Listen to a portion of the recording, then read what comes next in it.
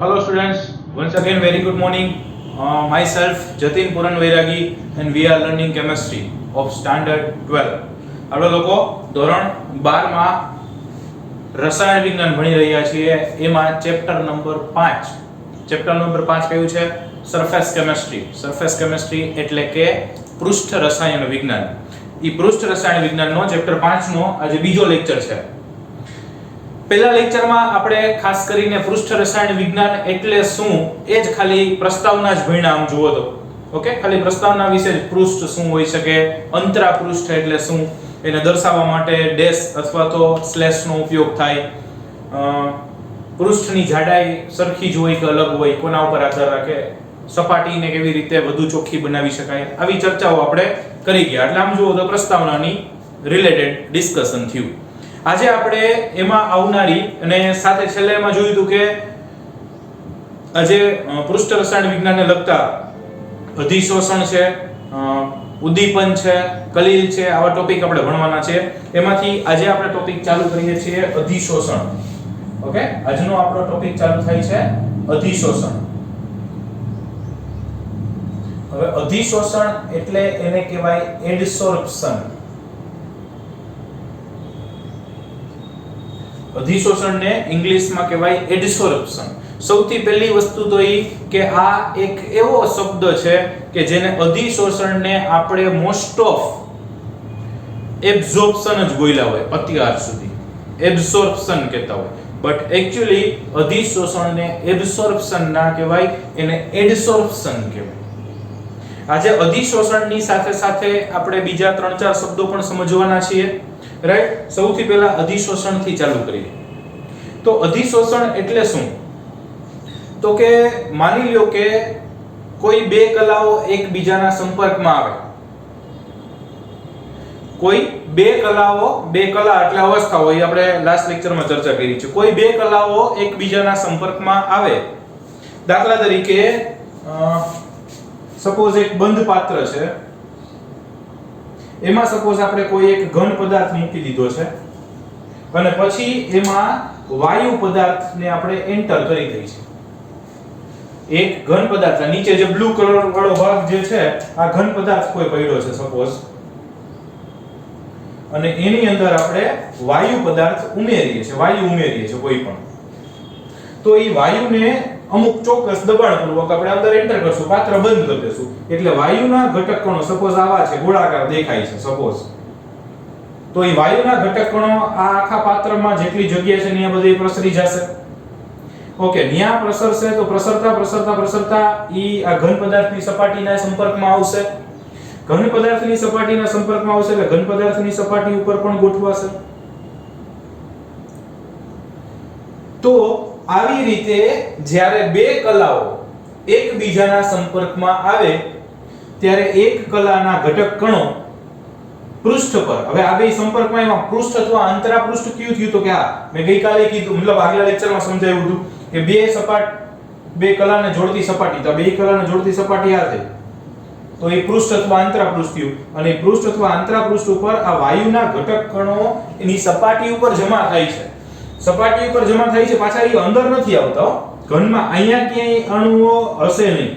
Right, તો ખાલી સપાટી ઉપર થાય છે. એને કારણે એવું થાય કે બે કલાઓ જ્યારે એકબીજાના સંપર્કમાં આવે ત્યારે એક કલાના ઘટક કણો બીજી કલાના પૃષ્ઠ ઉપર અથવા અંતરા પૃષ્ઠ ઉપર જમા થાય.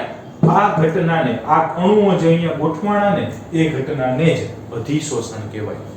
સમજાણું? કોને અધિશોષણ કહેવાય? તો કે એક કલાના ઘટક કણો બીજી કલાની સપાટી ઉપર, સરફેસ ઉપર, પૃષ્ઠ ઉપર અથવા અંતરા પૃષ્ઠ, ગમે શબ્દ વાપરો હોય, એના ઉપર જ્યારે ગોઠવાય છે એ ઘટનાને અધિશોષણ કહેવાય. અને અધિશોષણમાં બીજું એક વાક્ય ક્યારેક એવું લખ્યું હોય કે જથ્થા કરતા સપાટી ઉપર એમની સાંદ્રતા વધી જાય.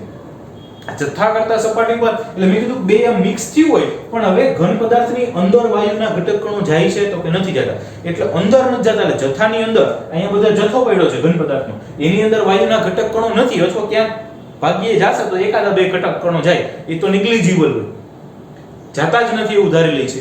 તો જથ્થામાં એના ઘટક કણો નથી, તો જથ્થા કરતા તો ક્યાં છે વધુ? તો કે સપાટીમાં વધુ છે. તો જથ્થા કરતા સપાટી ઉપર જ્યારે સાંદ્રતા વધી જાય એટલે એનું પ્રમાણ વધી જાય. સાંદ્રતા વધી જાય એટલે શું થાય તો કે એનું પ્રમાણ વધી જાય અને જ્યારે સાંદ્રતા વધી જાય એનું પ્રમાણ વધી જાય એ જે ઘટના થાય ને એને અધિશોષણ કહેવાય એ ઘટનાને શું કહેવાય તો કે અધિશોષણ કહેવાય એટલે આવું તમારી ટેક્સ્ટ બુકમાં તમે વાંચશો તો એમાં આવું વાક્ય વાપરેલું હશે કે જ્યારે બે કલાઓ છે એકબીજાના સંપર્કમાં આવે ત્યારે જથ્થામાં કરતા સપાટી ઉપર જ્યારે એની સાંદ્રતા વધી જાય એટલે આ ઈ થયું ને જથ્થામાં નથી સપાટી ઉપર છે વધુ તો એ ઘટનાને શું કહેવાય તો કે એ ઘટનાને કહેવાય અધિશોષણ સાવ સાદી ભાષામાં અધિશોષણ મેં સમજાવ્યું સપાટી ઉપર જે ઘટક કણો જોડાય ને એ ઘટનાને અધિશોષણ કહેવાય સમજાય છે સપાટી ઉપર જોડાવાની ઘટના એને અધિશોષણ કહેવાય સમજાય છે ઓકે હવે અધિશોષણ થયું ને ત્યાં બે વસ્તુઓ સંપર્કમાં આવી હોય એક અધિશોષક અને બીજું અધિશોષિત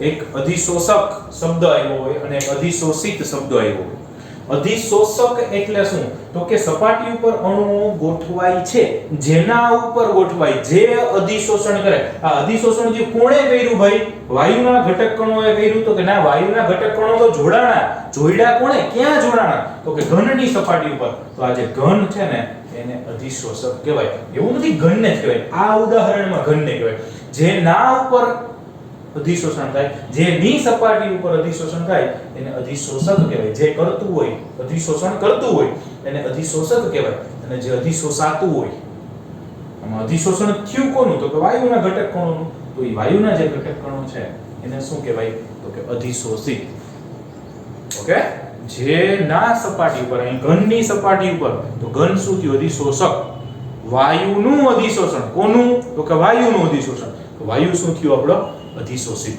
ફાઇન તો અધિશોષણ એટલે સપાટી ઉપર જોડાવું બહુ સાદા શબ્દોમાં કહું તો સપાટી ઉપર જોડાય અને સપાટી પર ગોઠવાય અથવા જોડાય અથવા આકર્ષાઈને જોડાય અને સાથે સાથે શું કીધું તો કે જથ્થા કરતા સપાટી પર સાંદ્રતા વધી જાય જથ્થાની અંદર હોય સપાટી પર સાંદ્રતા વધી જાય એ ઘટનાને શું કહેવાય તો કે એને કહેવાય અધિશોષણ અને અધિશોષણમાં બે ઘટકો ભાગ લેતા હોય એક અધિશોષક હોય એક અધિશોષિત હોય અધિશોષક હોય એ અધિશોષણ કરતું હોય અને અધિશોષિત હોય એ પોતે અધિશોષણ પામતું હોય પોતે ત્યાં ગોઠવાતું તો જેની સપાટી હોય એ અધિશોષક બનશે જે શોષાતું હશે એ અધિશોષિત બનશે આટલું ક્લિયર છે તો પહેલો શબ્દ સમજ્યા મિત્રો આપણે અધિશોષણ હવે બીજો શબ્દ સમજીએ અપશોષણ અપશોષણનું ઇંગ્લિશ થાય ડિસોર્પ્શન ઓલું થયું એડસોર્પ્શન આ થયું ડિસોર્પ્શન અપશોષણ એટલે શું તો કે બહુ સાદી લેંગ્વેજમાં કહું બહુ સરળ ભાષામાં કહું તો અધિશોષણનું વિરોધી ઘટના એની ઓપોઝિટ ઘટના એટલે અપશોષણ મતલબ સપાટી ઉપર જોડાવું એને અધિશોષણ કહેવાય તો સપાટી છોડીને જાવું એને અપશોષણ કહેવાય સપાટી પર ગોઠવાવું એને અધિશોષણ કહેવાય તો સપાટી છોડીને જાવું એને અપશોષણ કહેવાય એનો મતલબ કે સપોઝ તમે કોઈ પદાર્થ લીધો છે ઘન પદાર્થ છે તમારી પાસે કોઈ અને એની સપાટી ઉપર કોઈ ઘટક કણો અધિશોષિત થયેલા છે સપાટી ઉપર ગોઠવાયેલા છે એટલે અધિશોષિત થયેલા છે હવે માની લો કે તમે આનું તાપમાન વધારો તો વાયુના ઘટક કણો સપોઝ ગોઠવાણા હોય આમાં જોયું હોય તો તમે તાપમાન વધારશો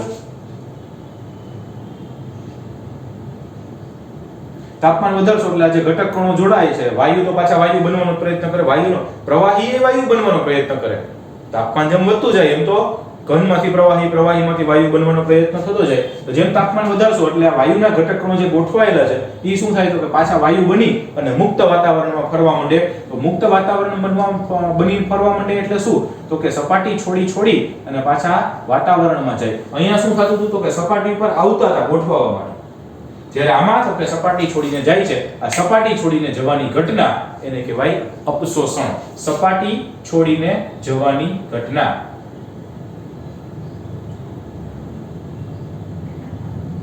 અથવા સપાટી પરથી દૂર થવાની ઘટના, સપાટી છોડીને જવાની ઘટના અથવા સપાટીથી દૂર જવાની ઘટના એને કહેવાય અપશોષણ, રાઈટ? તો અપશોષણ ખબર પડી, આ અધિશોષણ એનું ઉલટું એટલે અપશોષણ. તાપમાન વધે તો અપશોષણ વધશે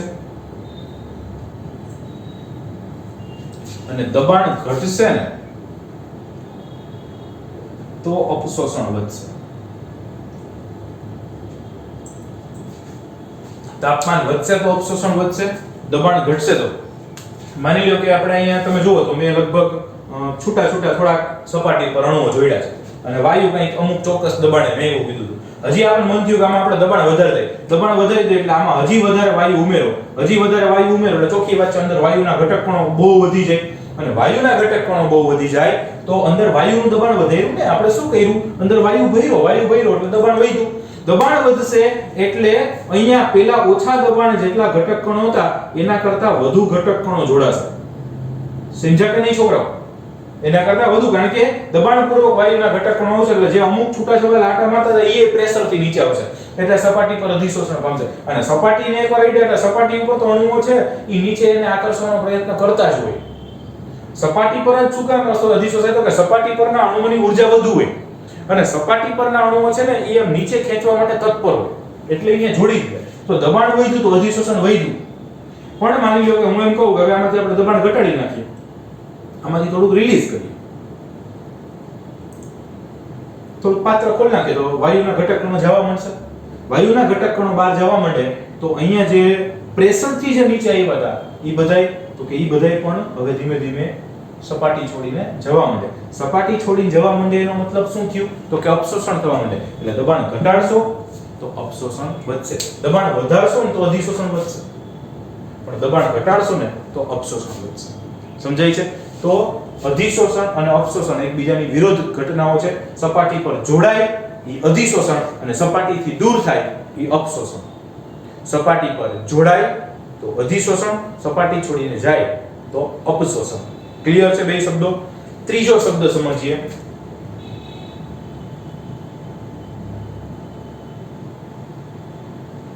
અવશોષણ. ત્રીજો શબ્દ સમજીએ અવશોષણ, અને અવશોષણને ઇંગ્લિશમાં કહેવાય એબ્સોર્પ્શન.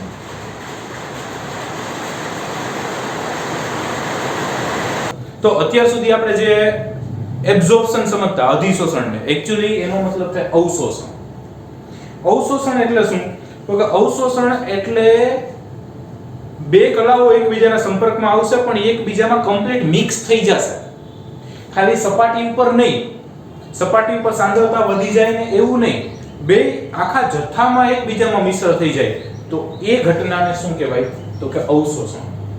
દાખલા તરીકે એક પાત્ર હોય, એમાં પાણી લીધેલું છે સપોઝ, અને એમાં તમે ખાંડ ઓગાળો, ખાંડ ઉમેરો તો ખાંડના અણુઓ ખાલી પાણીની સપાટી ઉપર જ રહેશે તો કે નહીં રહે. આખા દ્રાવણમાં ખાંડ હશે, આખા દ્રાવણમાં. એનો મતલબ કે બે એકબીજામાં કમ્પ્લીટ મિક્સ થયા છે તો એ ઘટના કઈ થઈ? અવશોષણ. રાઈટ? એવી જ રીતે માની લો કે તમે સ્પંજ લ્યો, સ્પોન્જ. આમ તો સ્પંજ જેવો શબ્દ અસ્તિત્વમાં જ નથી, આમ છતાં માની લો કે આપણે જેને સ્પંજ કહીએ એ લઈએ અને એના ઉપર થોડું પાણી નાખીએ તો પાણી આમ સપાટી ઉપર જ રહી જશે તો કે ના. તો કે સપાટી ઉપર નહીં રહે પણ આખું સ્પંજ ભીનું થઈ જશે, નીચે સુધી જશે. તો કઈ ઘટના કઈ થઈ? તો એ ઘટના થઈ અવશોષણ. એ ઘટના કઈ થઈ? અવશોષણ થઈ. કારણ કે પાણી સ્પંજમાં આખા સ્પંજમાં અંદર જશે અને આખા સ્પંજમાં અંદર જશે એટલે એ ઘટના કઈ થઈ તો કે અવશોષણ થઈ. અવશોષણ એટલે આખા જથ્થા એકબીજામાં મિક્સ થઈ જાય અને અધિશોષણ એટલે ખાલી સપાટી ઉપર મિક્સ થાય. રિપીટ, અધિશોષણ એટલે ખાલી સપાટી ઉપર મિક્સ થાય અને અવશોષણ એટલે આખા જથ્થા મિક્સ થાય. દાખલા તરીકે પાણી લઈ અને એમાં હું રેડ કલર નાખું, પાણીમાં દ્રાવ્ય હોય એવો, તો આખું પાણી રેડ થઈ જાય તો કે તો ઈ ઘટના કઈ થઈ તો કે અવશોષણ થઈ. સમજાય છે? આખા જથ્થા અંદર ઉતરી જાય તો ઈ અવશોષણ થાય. દાખલા તરીકે પાણીની વરાળ છે એટલે વાયુ થયું, પાણીની વરાળ. હવે ઈ પાણીની વરાળ છે એને આપણે એક કેલ્શિયમ ક્લોરાઇડ સાથે એની અભ્યાસ કરાવીએ અને એક સિલિકા જેલ સાથેનો અભ્યાસ કરાવીએ. એક પાણીની વરાળનો એક કેલ્શિયમ ક્લોરાઇડ અને એક સિલિકા જેલ બેયનો જો આપણે અભ્યાસ કરવો હોય, બેયની ચર્ચા કરવી હોય તો પાણીની વરાળ કેલ્શિયમ ક્લોરાઇડના સંપર્કમાં આવશે ને એટલે કેલ્શિયમ ક્લોરાઇડ આખું ભીંજાઈ જશે. તો એમાં પાણીની વરાળ કેલ્શિયમ ક્લોરાઇડ સાથે કઈ ઘટના આપશે તો કે અવશોષણ થશે. આખા કેલ્શિયમ ક્લોરાઇડની અંદર પાણીનું શોષણ થશે. કેલ્શિયમ ક્લોરાઇડની ખાલી સપાટી પર નહીં, સપાટી પરથી નીચે આખો કેલ્શિયમ ક્લોરાઇડના જેટલો તમે જથ્થો લીધો છે બધામાં પાણીની વરાળ અંદર જશે, એટલે કે પાણી અંદર જશે, એટલે અવશોષણ થશે. પણ સિલિકા જેલ નાખશો તો સિલિકા જેલની માત્ર સપાટી ઉપર જ ઈ ઘટના બનશે, તો ઈ શું થશે તો કે અધિશોષણ થશે. સમજાય છે? તો પાણીની વરાળ છે એમનું જો ખાલી સપાટી ઉપર શોષણ થતું હશે તો ઈ અધિશોષણ, અને પાણી અંદર ઉતરી જતું હશે તો ઈ અવશોષણ. અને અવશોષણ અને અધિશોષણ આ બંને શબ્દો ઘટના બનતી હોય ત્યારે એમને કોમનલી શોષણ એટલે કે સોર્પ્શન તરીકે ઓળખવામાં આવે છે. શું કહેવાય એને? સોર્પ્શન એટલે કે શોષણ. શોષણ એટલે આપણે એબ્ઝોર્પ્શન કહી દેતા હોય. એક્ચ્યુઅલી હવે ખબર પડી કેટલા બધા શબ્દો છે. એડસોર્પ્શન, એબ્ઝોર્પ્શન, ડિસોર્પ્શન અને સોર્પ્શન. ઓકે? એડસોર્પ્શન, સોર્પ્શન, ડિસોર્પ્શન, એબ્ઝોર્પ્શન. હવે 4-5 શબ્દો આપણે ભણ્યા છે. હવે આપણે અહીંયા અધિશોષણ જ મેઈન ફોકસ કરવાનું છે. અધિશોષણ ટોપિક છે, એને અસર કરતા પરિબળોને બધું ભણવાનું આવશે ડિટેલમાં.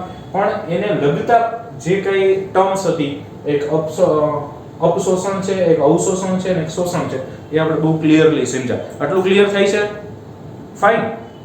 હવે અધિશોષણ છે એમાં આપણે થોડાક ઉદાહરણથી આપણે સમજવું હોય કે સર હજી અધિશોષણ સપાટી ઉપર થતું હોય એ સમજાવો. એ સમજાવવું એ પહેલા સિલિકા જેલ ફરી એકવાર આપણને પ્રશ્ન થાય. સિલિકા જેલ એટલે તો કે સિલિકા જેલ કેટલા લોકોએ જોઈ છે આમાંથી silica gel? Please raise your hand. હાથ ઊંચો કરો પ્લીઝ, જેમને સિલિકા જોયું. Yes, very good. હવે સિલિકા જેલ તમે જોઈ છે અથવા નથી જોઈ તો હું કહી દઉં છું. તમે લોકો જ્યારે કોઈ પણ નવી વસ્તુ લ્યો, જેમ કે પાણીની બોટલ નવી લ્યો, સેન્ડવિચનું ટોસ્ટર નવું લ્યો, બ્રાન્ડેડ શૂઝ લ્યો નવા, લંચ બોક્સ લ્યો, તો આવી દરેક આઈટમમાં એક પડીકી આવે અંદર. બસ એ પડીકી એટલે સિલિકા જેલ. પ્રશ્ન થાય કે સર એ પડીકી શું કામ રાખેલી છે? અમારે શું સિલિકા જેલ અમે ક્યાં માંગી હતી? તો કે એ આવી વસ્તુઓની અંદર એટલે રાખ્યું હોય કે સિલિકા જેલ છે એ ભેજ શોષક છે, એ અધિશોષક તરીકે કામ કરશે. ભેજ શોષક પદાર્થ છે અને ભેજ શોષક પદાર્થ છે એટલે આવી રીતે તમે બોટલ કે નાસ્તા લંચ બોક્સ કે શૂઝ કે એવું કંઈ લેતા હોય તો એમાં જે કંઈ ભેજ રહેલો હોય, એમાં જે કંઈ ભેજ હોય ભૂલે ચૂકે અથવા આવે તો એ ભેજનું પોતે શોષણ કરી લે અને અંદર ભેજ રહેવા ન દે. એટલે તમે જ્યારે બોટલ લંચ બોક્સ કે કંઈ ખોલો ત્યારે વાસ ના આવે. નકર ભેજની વાસ બહુ ખરાબ આવે. હવે તમે નવી બોટલ લ્યો ને એમાં વાસ આવતી કે આવી બોટલ નથી લેવી. ઓકે? એટલે એ વાસ ના આવે, ભેજ શોષી લે એટલા માટે એક પેલું. બીજું, ભેજ શોષે એનો એક ફાયદો ખાલી વાસ ના આવે એટલો જ નથી. ભેજ શોષાઈ જાય એટલે બીજું કે અંદરની સપાટી એ બોટલની અને સ્ટીલની લેતા હોય તો કટાઈ નહીં. ભેજને કારણે કટાઈ છે, કટાઈ નહીં. ત્રીજું, ઇલેક્ટ્રોનિક વસ્તુ જેમ કે સેન્ડવિચ ટોસ્ટર કે એવું કંઈ હોય તો એમાં ઇલેક્ટ્રિકલી કંઈ, કારણ કે ભેજને કારણે તો ઇલેક્ટ્રિક વસ્તુમાં ખામી આવે. તો ઇલેક્ટ્રિક ખામી ના આવે, કટાઈ ન જાય, વાસ ન આવે, આવા બધા જ પ્રોબ્લેમ્સ દૂર કરવા માટે એમાં નાનકડી પડીકી મૂકવામાં આવે જે સિલિકા જેલ હોય છે. એ સિલિકા જેલ છે એ પ્રબળ ભેજ શોષક તરીકે કામ કરે છે. રેડી? હવે આ અધિશોષણના થોડાક ઉદાહરણ હજી સમજવો હોય તો આપણે સમજી શકીએ. જેમ કે એક પાત્રમાં એક વાયુ ભરેલો હોય. સપોઝ એક પાત્રમાં વાયુ ભર્યો છે, રાઈટ? અને ઈ પાત્રમાં વાયુ ભરેલો છે એટલે એનું એક ચોક્કસ દબાણ હશે. બંધ પાત્ર છે એટલે ચોક્કસ દબાણ છે. હવે એ પાત્રમાં જો હું એક્ટિવેટેડ ચારકોલ થોડો ઉમેરી દઉં, ચારકોલ એટલે કોલસો, ચારકોલ એટલે કોલસો, તો થોડોક હું ચારકોલ ઉમેરી દઉં અને પછી હું જો આનો અભ્યાસ કરું ને પાછો તો ઈ જે વાયુઓ હશે ને અંદર ભરેલા એનું દબાણ ઘટી ગયું હશે. આપણે ચારકોલ ઉમેરતા પહેલા દબાણમાં આવ્યું, ચારકોલ ઉમેર્યા પછી થોડી વાર પછી પાછું દબાણ આપ્યું, તો પહેલા દબાણ વધુ હતું વાયુઓનું, હવે દબાણ ઘટી ગયું. તો કે સર એવું શું થયું, જાદુ કર્યું કઈ, દબાણ ઘટી ગયું? તો કે ના, જાદુ થોડું થાય. શું થાય? તો કે કેમિસ્ટ્રી થાય, કેમિકલ રિએક્શન થાય. શું રિએક્શન થાય? તો કે અહીંયા ભાઈ જેવો ચારકોલ નાખ્યો એટલે શું થયું? તો કે આમાં વાયુના અણુઓ જે છૂટા છવાયેલા મસ્ત આટા મારતા હતા એ લોકો ફટાફટ આના આકર્ષણને કારણે એની સપાટી ઉપર ગોઠવાવા માંડશે, અને એની સપાટી ઉપર જેટલા ગોઠવાઈ જશે એટલા આમાંથી દૂર થશે, એટલા દૂર છે, કારણ કે છાનું મોના બેસી ગયા. તો છાનું મોના બેસી જાય એટલે ગામમાં નડતા બંધ થાય. કોકને ન નડવું એવું કંઈ કરવું હોય, વિચાર આવે તો સૌથી મસ્ત કામ શું કરાય? તો કે છાનું મોનું આપણે બેસી જવાય. બસ આપણે કોકને ન નડીએ એટલે કોઈ આપણને નડવાના નથી. આનું એવું જ થયું. શું થયું? તો કે જેટલા અણુ આટા મારતા હતા મસ્ત એકદમ, એ બધા છાનું મોના બેસી ગયા. છાનું મોના બેસી ગયા એટલે અહીંયા તો કે અહીંયા જે વાયુઓના અણુઓ જે હતા એ ઓછા થઈ ગયા, એને કારણે દબાણ ઓછું થઈ ગયું. સિમ્પલ. હમણાં લોકડાઉન થયું તો લોકડાઉનમાં રસ્તાઓ પરનો ટ્રાફિક કેમ ઓછો થઈ ગયો? બરાબર. તમારા એક જગ્યાએથી બીજી જગ્યાએ જવામાં જે વાર લાગતી ઓછી થઈ ગઈ. શું કામ થઈ ગયું? તો કે લોકો છાનું મોના બેસી ગયા. ક્યાં? તો કે ઘરમાં સમજીને બેઠા, પરાણે બેસાડ્યા પોલીસ વાળા, એ પછીનો પ્રશ્ન છે. પણ એ બેસી ગયા એટલે શહેરમાં ટ્રાફિક ઘટ્યો એટલે જે ટ્રાફિકનું જે દબાણ આવતું, રસ્તાઓ ઉપર જે ટ્રાફિક જામ થતો એ નથી થતો. અહીંયા એ થયું. તો એક પાત્રમાં વાયુ ભર્યો તો દબાણ માંગ્યું, પછી ચારકોલ નાખીને અમુક સમય પછી પાછું દબાણ માંગ્યું તો વાયુનું દબાણ ઘટ્યું. આ ઘટેલી નિશાની દર્શાવે છે કે વાયુના અણુઓ છે એ ચારકોલની સપાટી પર અધિશોષણ પામતા હોવા જોઈએ. જેમ કે તમે આવું ઘણીવાર ક્યાંય લખ્યું છે, પેલેડિયમની સપાટી ઉપર હાઇડ્રોજન વાયુનું અધિશોષણ. તો પેલેડિયમની સપાટી પર હાઇડ્રોજન વાયુનું અધિશોષણ થાય છે. Simple, right? એટલે કે હાઇડ્રોજન વાયુ પેલેડિયમ ધાતુની સપાટી ઉપર જમા થાય છે. એક બીજું ઉદાહરણ જોઈએ તો એક્ચ્યુઅલી આમાં શું થયું? ચારકોલને કારણે અહીં કોલસો નાખ્યો છે. કોલસો અથવા ચારકોલ શબ્દ વાપરો તો કોલસો ઉમેરતા શું થયું? તો કે વાયુનું દબાણ ઘટ્યું. હું અહીંયા ટૂંકમાં લખું છું, તમારે ટેક્સ્ટ બુકમાં બહુ સરસ લખેલું હશે. અને વાયુનું દબાણ ઘટે છે એના માટે તો કે ભાઈ અધિશોષણ જવાબદાર હશે, રાઈટ? પછી બીજું છે કે માની લો કે કોઈ રંગીન દ્રાવણ છે,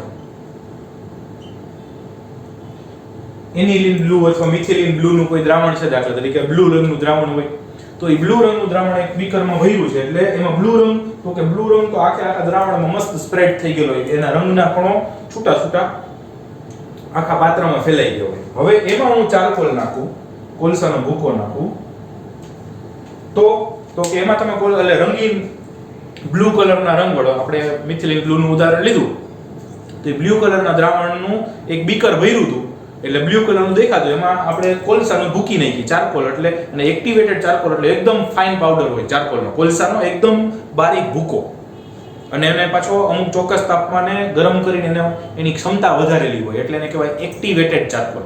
એક્ટિવેટ કરેલો છે એટલે ચારકોલનો ભૂકો નાખ્યો. ભૂકો નાખશો ને અમુક સમય પછી જોશો ને તો એ જે બીકરમાં જે દ્રાવણનો રંગ દેખાતો હતો ને એ ધીમે ધીમે રંગની તીવ્રતા ઘટી જશે અને રંગવિહીન થઈ જશે. તો કે લે બ્લુ રંગ મસ્ત દ્રાવણ ભર્યું હતું બીકરમાં, એમાં ચારકોલ નાખ્યું તો દ્રાવણમાં રંગની તીવ્રતા ઘટી. કેમ ઘટી? ક્યાં ગયો રંગ? તો કે રંગ ક્યાં ગયો?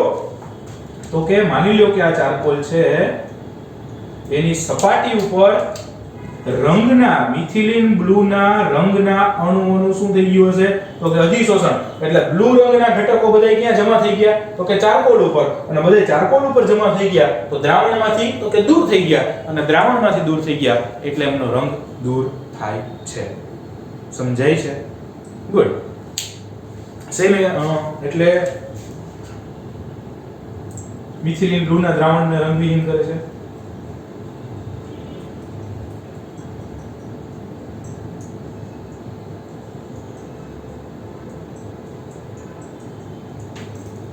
ઓકે, એક આપણે દબાણ ઘટે છે ઉદાહરણ આપ્યું, મિથિલિન બ્લુના દ્રાવણને રંગવિહીન કરે છે ઉદાહરણ આપ્યું. હજી આપણે આપી શકાય, માની લો કે પીળા રંગની ખાંડ છે, જે ઉદાહરણ આપણે એડ કરી દઈએ. પીળા રંગની ખાંડ છે. પ્રશ્ન થાય કે સર હવે પીળા રંગની થોડી ખાંડનો રંગ તો સફેદ હોય. એ તો આપણી પાસે જે ખાંડ આવે છે એ પ્રોસેસ થયેલી આવે છે એટલે એ સફેદ રંગ છે. ખાંડ બનતી હોય એ ક્યારેક જોવા જાય અથવા ભૂલે ચૂકે જોવાઈ જાય તો કદાચ આમાંથી 50% લોકો તો એવા હોય કે ખાંડ ખાવાનું બંધ કરે, એટલી સરસ પ્રોસેસ હોય, રાઈટ? અને એ આખો કદડો નીકળતો હોય અને એમાંથી પછી ધીમે ધીમે ખાંડ એટલે ખાંડમાં પછી કલરની ઇમ્પ્યોરિટી રહી ગઈ હોય, અશુદ્ધિ રહી ગઈ હોય, એ વધારાના રંગને દૂર કરવા માટે કદાચ આ વાપરી શકાય. એટલે આપણે માની લો કે આપણે રંગવાળી ખાંડ આવી ગઈ છે, પીળા રંગવાળી, અથવા તો આજે દિવાળીના તહેવારોમાં મુખવાસ લ્યો ત્યારે આવી જાત જાતના રંગ કરેલી નાની નાની સાકરના કટકા મળે, તો એવું લઈ આવ્યા માની લો કે પીળા રંગની, અને એક બીકર લઈ એમાં પાણી નાખીને ખાંડ ઓગાળી નાખી અથવા સાકર ઓગાળી નાખી, તો કેવું દ્રાવણ થયું? તો કે પીળા રંગનું દ્રાવણ થયું. ઈ પીળા રંગના દ્રાવણમાં છે, એમાં તમે ચારકોલ ઉમેરો, એમાં તમે ચારકોલ એટલે કોલસો ઉમેરો, તો એમાંથી ઈ ખાંડના દ્રાવણનો પીળો રંગ છે એ ક્યાં? તો કે દૂર થઈ જશે અને દ્રાવણ રંગવી થઈ જશે, અને એનું પાછું તમે સ્ફટિકીકરણ કરો, ક્રિસ્ટલાઇઝેશન કરો, એટલે કે એમાંથી પાછી પાણી દૂર કરો અને એનું અવક્ષેપન કરો, તો એ સ્ફટિકીકરણના અંતે પાછી સફેદ ખાંડ મળશે. જે પીળી ખાંડ હતી એને ઓગાળી, એમાંથી પીળો રંગ દૂર કર્યો, પાછી એને જમાવી એટલે કે એનું સ્ફટિકીકરણ કર્યું, ક્રિસ્ટલાઇઝેશન કર્યું, અને આ સ્ફટિકીકરણ દરમિયાન પીળો રંગ દૂર થયો. એ ઘટના કઈ થઈ? તો કે એ ઘટના અધિશોષણની ઘટના થઈ. શું થયું? તો કે ચારકોલની સપાટી ઉપર પીળા રંગના અણુઓનું અધિશોષણ થયું. ચારકોલની સપાટી, આમાં જેમ ચારકોલની સપાટી ઉપર બ્લુ રંગના અણુઓનું અધિશોષણ થયું, સેમ એવી જ રીતે ચારકોલની સપાટી ઉપર પીળા રંગના અણુઓનું અધિશોષણ થાય છે. ક્લિયર? ઓકે. એક ઉદાહરણ, 2, 3 અને હજી એક ઉદાહરણ ચોથું આપની ટેક્સ્ટ બુક મુજબ જ આપીએ તો સિલિકા જેલ વાળું ઉદાહરણ લખી શકાશે. સિલિકા જેલ માટે તમે ગમે ઉદાહરણ લઈ શકો, પાણીની બોટલનું લઈ શકો, અથવા ટિફિન બોક્સનું લઈ શકો, બ્રાન્ડેડ શૂઝનું લઈ શકો, ઇલેક્ટ્રિક આઇટમ, સેન્ડવિચ ટોસ્ટર ને એવું બધું છે, એમનું કોઈ પણ ઉદાહરણ લખી શકો, રાઈટ? અથવા સિલિકા જેલ આ વાયુ ભરેલું દબાણ ઘટાડે છે, એ પણ લખી શકો. તો અહીંયા મિત્રો આપણે બેઝિકલી અધિશોષણની ચર્ચા કરી, અલગ અલગ સરસ મજાના ઉદાહરણથી અધિશોષણ સમજાવ્યું, અપશોષણ સમજાવ્યું, અવશોષણ સમજાવ્યું અને શોષણ સમજાવ્યું. અધિશોષણ ફરી એકવાર આખું મસ્ત હાઇલાઇટ લઈ લે. અધિશોષણ એટલે શું? સાથે બોલતા જાઓ, ચલો સમજાણું હોય યાદ આવ્યું હોય તો સાથે બોલતા જાઓ, ચલો ફટાફટ. અધિશોષણ એટલે તો કે યસ સર, અધિશોષણ એટલે સપાટી ઉપર જે શોષણ થાય, સપાટી ઉપર જે ગોઠવાય એ અધિશોષણ. સપાટી છોડીને દૂર જાય એ તો કે એ અપશોષણ.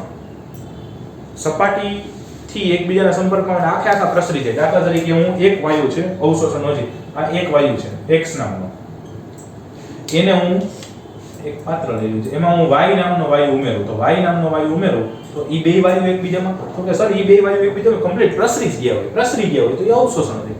અથવા પાણીમાં હું CO2 વાયુ પસાર કરું તો કઈ સપાટી ઉપર જ CO2 આમ પલોઠી વાળી બેસે, તો કે ના, ઈ પાણીની અંદર જાય, સાદી સોડા મસ્ત બને, રાઈટ? તો એ બધા ઉદાહરણ થયા તો કે અવશોષણના થયા. અને અધિશોષણ અને અવશોષણ બંને થતા હોય ત્યારે એમને સામાન્ય રીતે આપણે શોષણ તરીકે સમજાવતા હોઈએ છીએ. જો મિત્રો આ ચેપ્ટર એકદમ ઈઝી છે, દાખલાઓ ગણતરી એવું નથી, પણ થિયરી બેઝ ચેપ્ટર છે અને અમુક શબ્દો આગળ જતા બહુ નવા આવશે. ખાસ કરીને કલીલ ને બધા ટોપિક આવશે, એમાં થોડાક આવા શબ્દો નવા આવશે.